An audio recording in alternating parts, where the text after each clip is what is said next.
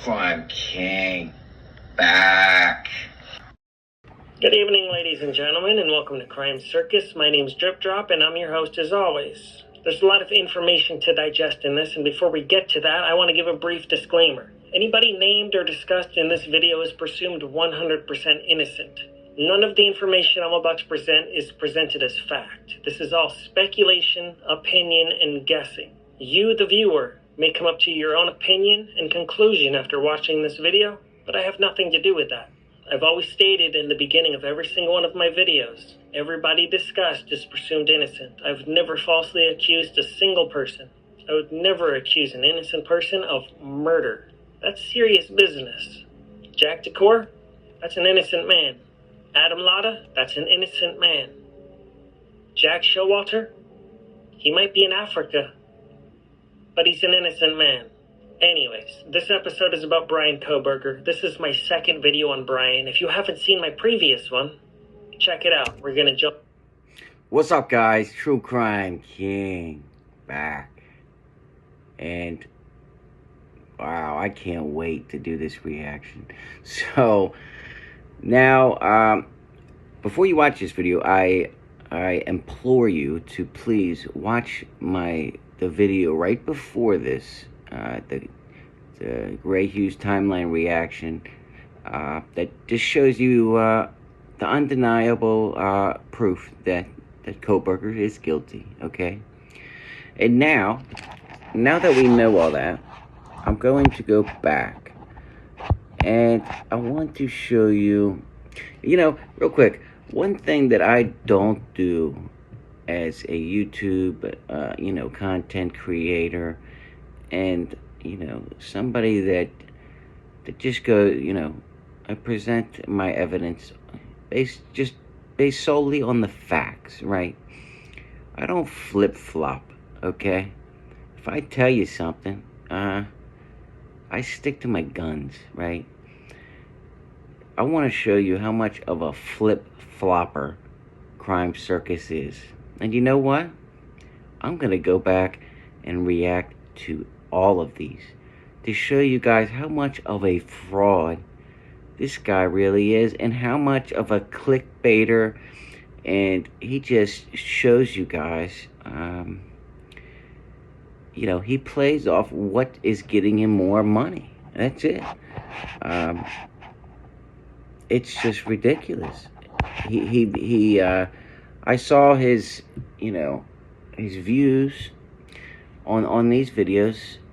He's getting double talking about Kohberger being innocent and selling his soul and lying to everybody, or just totally abandoning what he says here, which you'll see in a second. Man, this is gonna be great. So, get comfortable. Here we go. Jump right into this and start with a boom. Papa Roger posts on December 15th, the killer has the sexual dysfunction. Thoughts? Somebody says yes, he also likes his steak medium. The vegan Papa Roger says, is that your first thought? I do believe Papa Roger was spiraling out of control in this social media frenzy that he had created. He interjected himself on 4chan, Reddit, and Facebook. Does he have a sexual dysfunction? Absolutely he does. In my opinion, most killers that I've researched absolutely commit SA before they commit the killing. This case is different. Bryan has ED, and that's why he certainly could not perform. Now, And I want to make sure everybody knows, this is, again, Crime Circus's second video on the Idaho 4 case. And this is when he was saying, without a doubt, that he believes Kohberger is the man after he's done his research, right? And he believes Kohberger is 100% guilty, right? And then, out of the blue, he just starts totally doing a 180, right? And there was no evidence, there was no other evidence for him to, change his freaking mind over, because all the evidence was already out there, and there's a gag order, you know. So it's not like he saw some smoking gun and changed his mind, right? He's just doing it because he's selling his soul. That's it. Check out this next post. A knife is a very risky weapon if you know you're going to murder 4 people. Do we think the killer also had another weapon, such as a stun gun or other knife? Or did they not know? And that Papa Roger who just says that's apparently Bryan Kohberger, okay? Then the post carries on, but that's the screenshot I took. Why does he keep asking these questions with what do we think? I think he knows the answers to these questions that he's asking, and he's wondering what the general public is thinking about this horrendous, horrible crime that he created. I think he's leaving little clues here and there, and he probably did have a stun gun with him, as well as an extra knife. Also on Bryan's questionnaire 7 months prior to the murders, he asked, "How did you leave the scene? Before leaving, is there anything else you did?" On Facebook, Papa Roger says, "How did the killer leave the scene? Did he clean up at all?" To me, that looks like the exact same person typing, asking basically the exact same questions. Somebody on Facebook said, "I think we should give them the dignity they deserve and not theorize on where their bodies were." Papa Roger responds, "This is a discussion of the case. You are participating by choice." Someone responds to Papa Roger, "The 4 victims didn't participate by choice. You are one sick individual. Glad you are locked up." Most people that have come across the Papa Rogers messages on Facebook are convinced that that's Bryan Kohberger without a doubt. Yeah, and so was Drippy Drop, okay? And this is one sick individual. And it probably most likely was Bryan Kohberger, right? He's not posting anymore. You know why? He's in freaking jail because he's a psychopath and a murderer and should be treated as such. Dealing with. Now let's take a step away from these Facebook posts and talk about the vigil. It was highly theorized that the killer would show up to the vigil. Kaylee's family was terrified that the killer would show up at the vigil. FBI profilers said he will probably show up at the vigil. I agree, you know. Remember Scott Peterson? He was on the phone with Amber Fry, his mistress, at his wife's freaking vigil, right? So I agree. Most of the times, these psychopath killers do go to the vigil, right? Let's see if Bryan Kohberger did. Personally, I had my doubts. Even when I first came across this footage, I wasn't so sure. I try not to believe every single thing I come across on the internet. There's a lot of misinformation out there, and even what you hear on this show cannot be taken as fact. I can only present you my findings, and it's up to you, the viewer, to come to your own conclusion. And remember, this was about a year ago when Crime Circus... Remember, I used to like Crime Circus, right? Before he lost his freaking mind and sold his soul, right? And flip-flopped. So now, I'm just going to show you the evolution of Drip Drop. Conclusion. Let's check this out. I'll show you what I found. This is video footage from the vigil that happened in early December, and one man sticks out of the crowd here. I'm going to let the video play. And okay. Can you see which man sticks out from the crowd, guys? I'll give you a couple of seconds. Hello? Okay, so we see Bryan Kohberger smack dab in the middle, alone, with his hands in his pockets, at the vigil, right? Just taking a casual stroll, right? But he wants to see the damage he created, right? Think for a second. If he did not commit these murders, and he was innocent, or is innocent, right? Why would he be at the vigil, right? He didn't go to the University of Idaho, right? He didn't know these girls, right? Right? So why would he be at the vigil? You know why? He's the freaking murderer. You know? And even in this video, back in the day, Crime Circus believed this too. And he says without a doubt he believed this, okay? And he also says he did all his research and was convinced Bryan Kohberger was the killer before all of a sudden. And you know, I tried to find that video of Crime Circus talking about somebody parachuting onto the 3rd floor. I have it on my channel. I couldn't find it on his channel. I think he deleted it. I'm gonna look one more time. If he did delete it, I'm just gonna react to the one on my channel, because I want to show you guys how ridiculous this guy really is.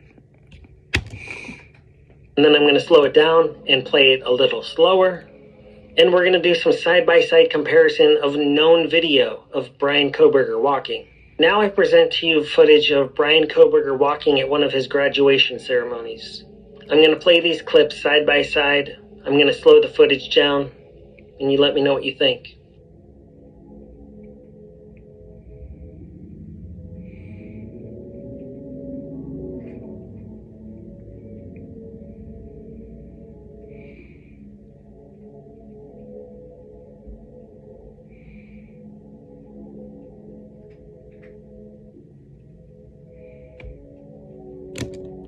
Kind of weird. He didn't shake his hand. He gave like a fist bump. I've never seen that before. But anyway, it's hard to tell because you can't see Kohberger's freaking feet in this.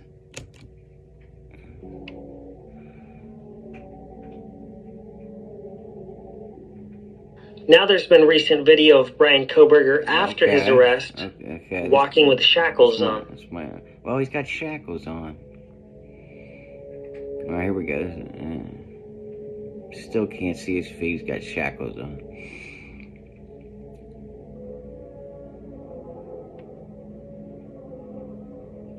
I'm going to compare this to the visual video. We're going to take a good look at this. It's obviously him. I mean, what are we comparing here? It's obviously Kohberger and Kohberger. Who cares? Why are we comparing the walk? It's both Kohberger, right? You know what I mean?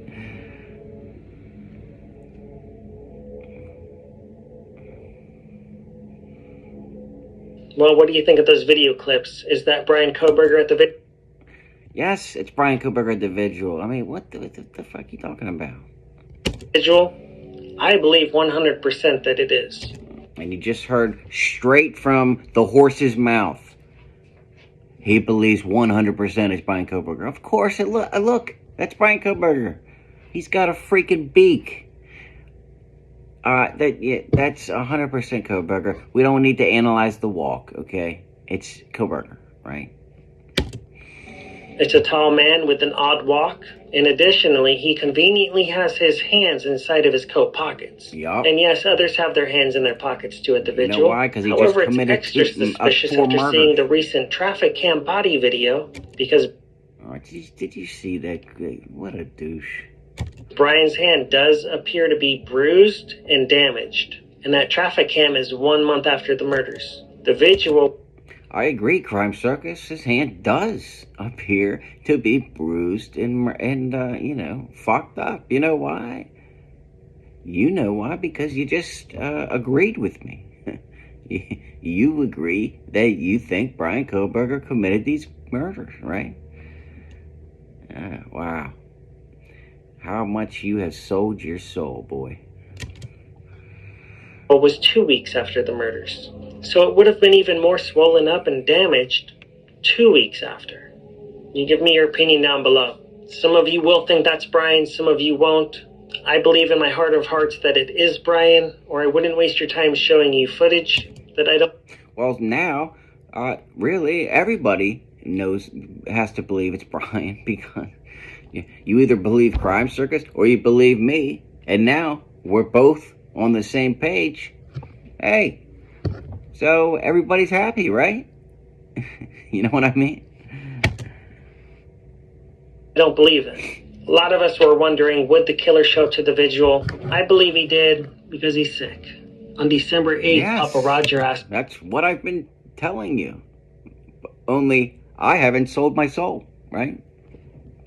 on Facebook, why did the killer choose that house over all the others in the area? Somebody responded, Papa Roger, random killers will also target home based on ease of... And then my screenshot got cut off, and then it continues, unobstructed view, lights on at night, perfect for voyeuristic activity. Okay, and remember, Bryan Kohberger most likely wrote this as Papa Roger, right? Unobstructed view, right? Okay, from the back where he parked for when he did do the killings, you can see right into the windows. There was no blinds, no shades, nothing. You can see right into the house, okay? And there's woods in the back. You would never be noticed, right? It's perfect for voyeuristic activities.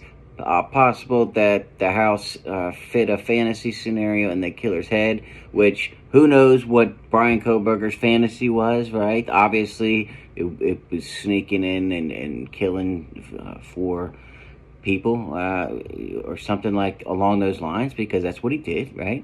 Reminded him of something of his past. Who knows what that is too? Possibly even a vehicle that reminded him of something. Someone who has spurned him, robbery target, whatever. Okay, so who knows what's going on in the psycho Bryan Kohberger's head? Okay, but this is what he was thinking. Okay, and again, this is Crime Circus saying, not me saying. This is Crime Circus saying that this is Kohberger saying this. Okay. Possible that the house fit the fantasy scenario in the killer's head, reminded him of something from his past, possibly even a vehicle that reminded him of something, someone who had spurned him, robbery target, because the door was accessible, had a grudge against previous tenants, they lived there at one time, they still live there. So that person came up with some random various answers for Papa Roger, and Papa Roger responds, excellent. He was getting his rocks off on these questionnaires. He was being really sick on the internet. He committed these crimes, and then he went online and discussed these crimes. Again, we have Drip Drop telling you Bryan Kohberger committed these crimes and then went online and talked about the crimes. Okay? Undeniable proof of selling your soul, right? I wonder what his supporters are going to attack me about on this video, right? Keep in mind, the 4chan user, Inside Looking on Reddit, and Papa Roger on Facebook have not posted since Bryan's arrest. And all of these people were super obsessed with this case. They were talking about it at all hours of the day and night. It almost seemed like they weren't even sleeping.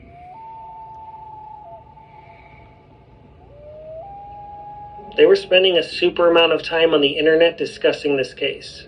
Since the arrest, not a single peep. Now, before we move on to some numerology, I'm going to show you a clipping of this article I found on the internet that was posted 5 years ago.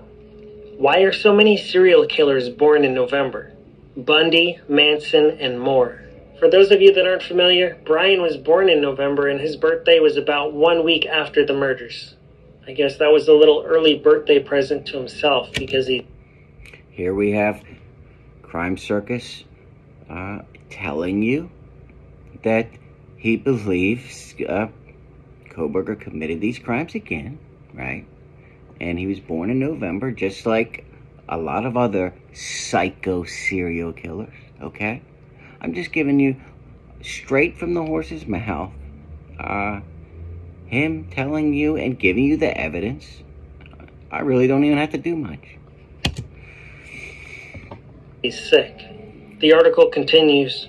17 serial killers were born in November, compared with an average of 9 for other months, out of a total of more than 100 in the study. Those born in November are most likely to believe they get a raw deal. A 2005 study found that they grow up to be the most pessimistic. All right, so ladies, if you if your significant other was born in November, watch out, right? I don't know who did the study, but it sounds pretty on point. Bryan was born in November, and he seems to fit right in with the other 17 serial killers that were also born in November. It also seems like he feels like he got a raw deal throughout his life, and super pessimistic. Moving on. I know some people say to leave the parents out of a situation like this. However, no stone can be left unturned in an investigation this important. We must take a look at the people closest to Bryan. And I just want to reiterate, this is when I enjoyed watching Crime Circus, right? No problem admitting that at all. He wasn't a lunatic, and he did not sell his soul yet.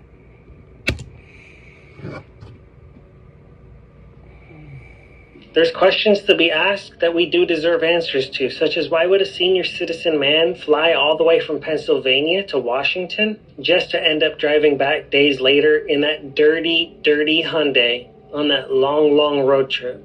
It seems a little suspicious. It seems Bryan could have just got on a plane if he wanted to see his family.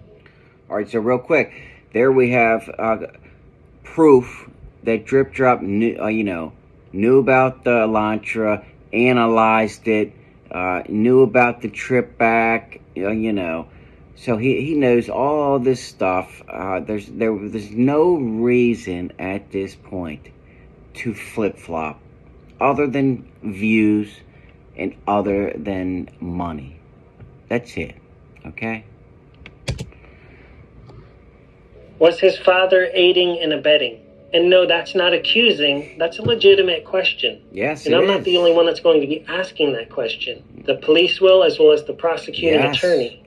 If he wasn't aiding and abetting, I guess he was just an unknowing helper. However, I recently came across this old newspaper clipping written by Mary Kohberger. That's Bryan Kohberger's mother. Let's see what she had to say for herself in the newspaper. Let's see. Mary Ann Kohberger says, cheering the hearse. Brooklyn. Perhaps one of the saddest commentaries on mankind was evident during the execution of Theodore Bundy. While no sane, compassionate individual would excuse the atrocities committed by this man, neither would any sane individual applaud the passing of his funeral hearse. What have we become? What do you mean? If I was alive and saw Bundy's hearse drive by, I would be applauding.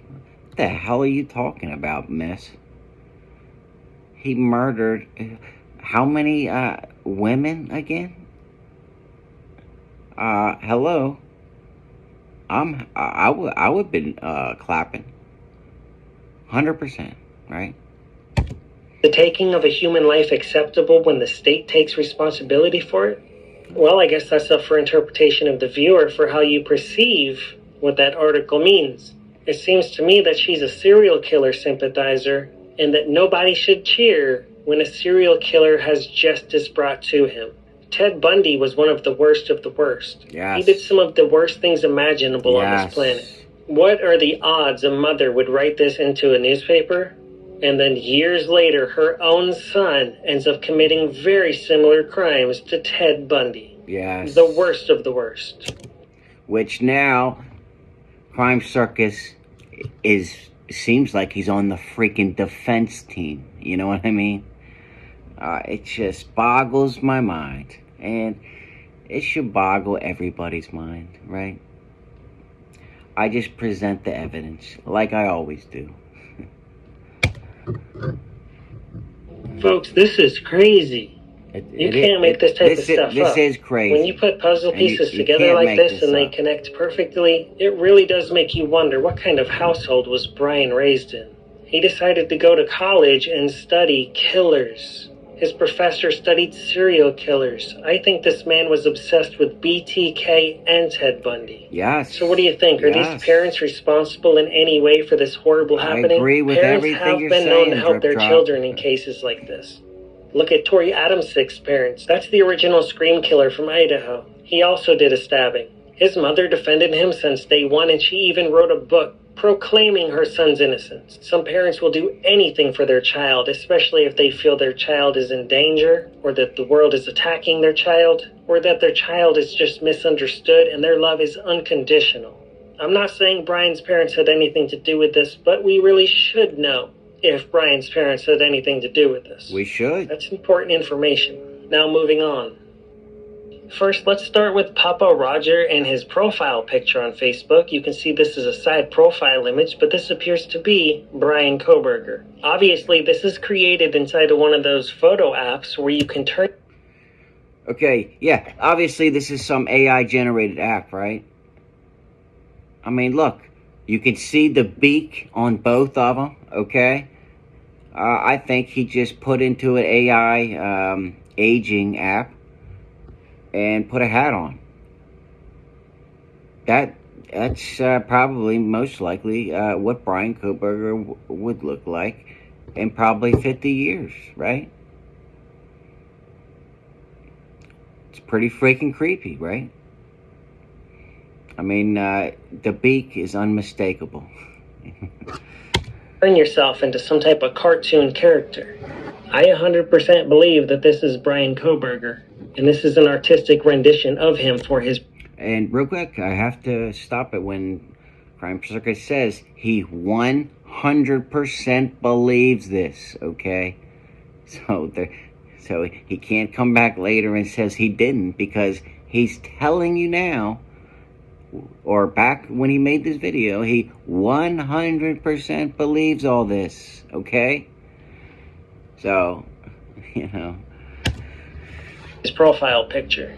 Just like the inside looking account on Reddit, he was ballsy enough to use his real image because he never thought that he'd actually be a suspect in this. Also, something I came across that was quite interesting. Many of you out there are familiar with the questionnaire that he put out on many subreddits asking very odd questions about crimes, and he was looking to get answers from criminals. The questions that he posted on Facebook were very similar to the questionnaire questions that he posted supposedly for his college class.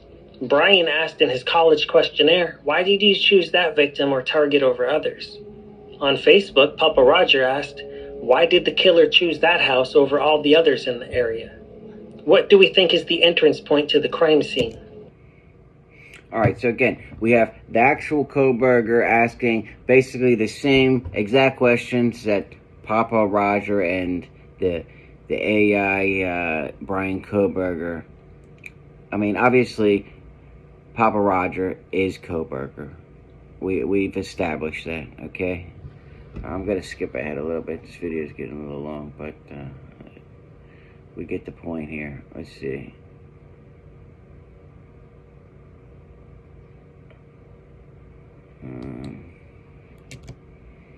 Red flags that are presented to us. Now moving on. Now we're going to touch very briefly on numerology. I touched on this topic in my previous video on Bryan. If you haven't seen it, check it out. Right here, right now, we're going to talk about the Amityville Horror. For those of you that aren't familiar, that's a crime that happened on November 13th, 1974 in Amityville, New York. Many people passed away at the hands of a psychopath, and that crime also happened at 3 a.m. Interestingly enough, the house address was 112.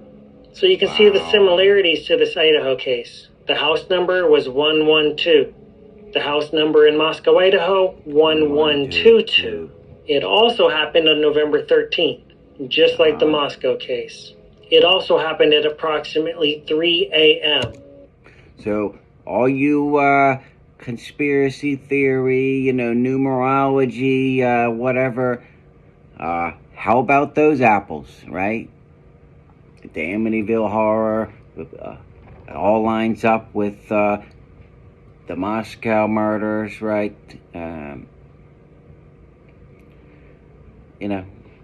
Just, I don't need to say anything. So there's a lot of similarities in these cases. Yep. And Bryan Kohberger knowingly studied murderers. Yep. So there's a good chance that the date, November 13th at 3 a.m., meant something to him. Yep. As well as the house address, 1122. I can't make this stuff up, folks. Yeah, nobody can, Drip Drop. Thank you for presenting all this evidence and showing us that that Kohberger is guilty. I appreciate it, okay? It's too bad that you had to sell your soul and start lying for views and clicks and to get more money from your views and start lying to your audience, which now a lot of them believe your lies. It's just too bad, but it's a good thing that there is honest YouTubers like True Crime King around to call out the bullshit.